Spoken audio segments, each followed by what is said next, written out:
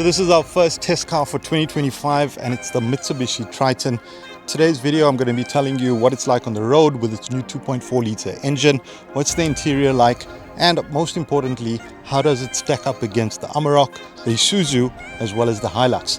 So let's get into it.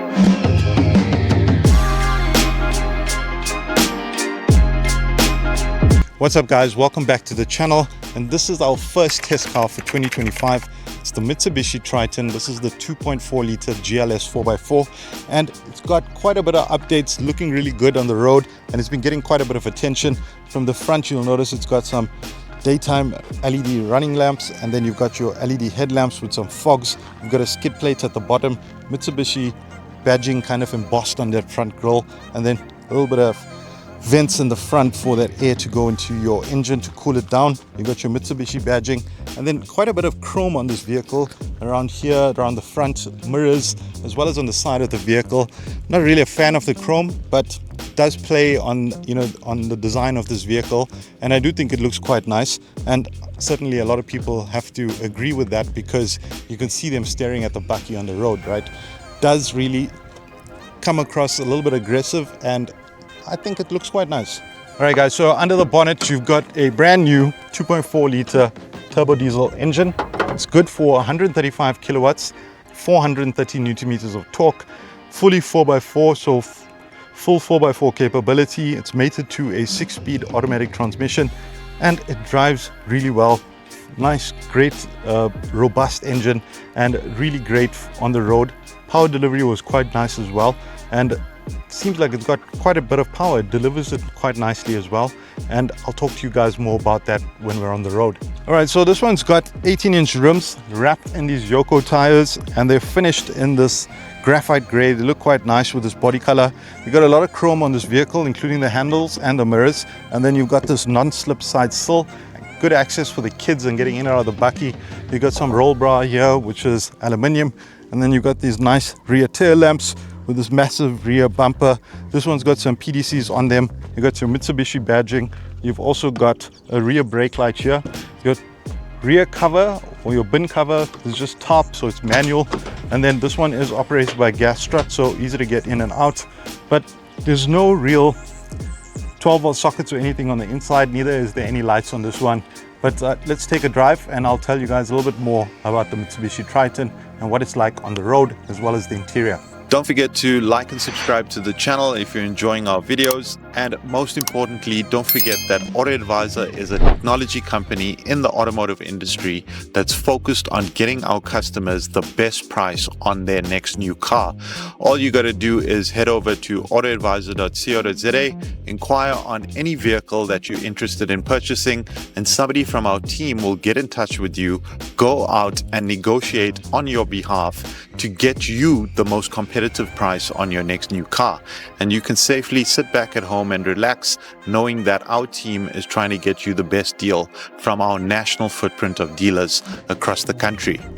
All right, so once you step inside the Mitsubishi Triton, it does feel quite dated for it being a brand new bakkie. I mean, you've got an 8-inch media unit, and then you've still got analog dials with a small instrument cluster that's digital. The instrument cluster offers some basic functionality like your fuel consumption and access to some of your vehicle settings, as well as your media, etc. And then on your steering, you've got some steering controls as well on the left hand side for your media unit, and on the right hand side for your Bluetooth connectivity for accepting telephone calls, as well as your cruise control. And the steering overall does feel quite nice with this perforated kind of finish, so it feels quite nice in your hand. But when I jumped inside the bakkie, it does feel pretty basic, right? It does have some soft touches along the dash, as well as on the top of the door here. These all feel quite nice and feel quite, feel quite premium or quite well built. But once you get further down the door, you can feel that there's a lot of plastic in here, and I'm not really a fan of it, right?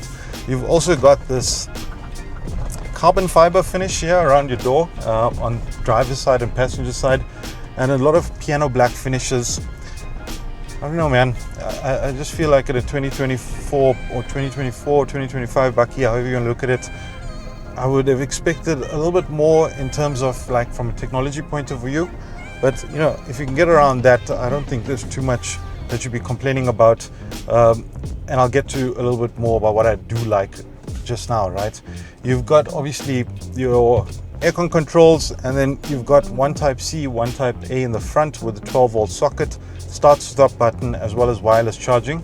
And then on the you've also got auto headlights, and then you've got auto wipers, and yeah, you've got some storage space in your cubby, and above your cubby there's additional storage. Seats feel quite nice, electrically operated for driver and passenger, so those are quite nice and feel quite supportive.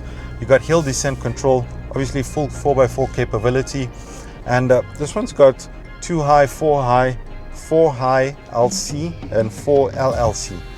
First time I'm seeing that, to be honest with you. Apparently it's a more robust 4x4 all-terrain system. So if you do know what the 4 LLC 4 is, 4 LLC is for, please do let us know in the comments below, because I'm really not sure.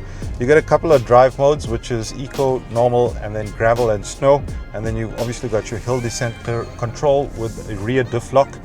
In the rear, you've also got type A and type C, and then you've got a 12-volt socket. You've got cup holders in your rear armrest, as well as on either side of the door. And in the front, you've got cup holders on either side of your door, as well as just below your handbrake, right, or your gear lever.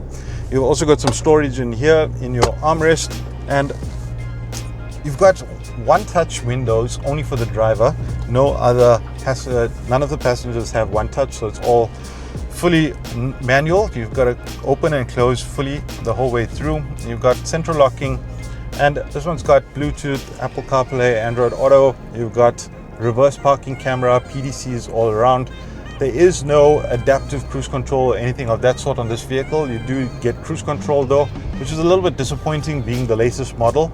I think from a safety point of view and just from an overall, driving point of view, I mean, you want adaptive cruise control on your new models, right? So maybe it is available in some of the other derivatives within the range. So let me know if that is the case, but I'm not sure about that, right? So I think other than that, the engine and the gearbox, the suspension, all of those things feel really nice and well put together.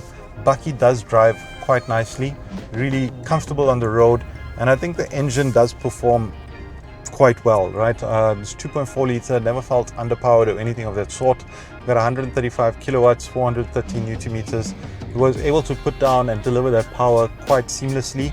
So I haven't really felt like I was lacking power in any regard. The vehicle did handle it quite nicely.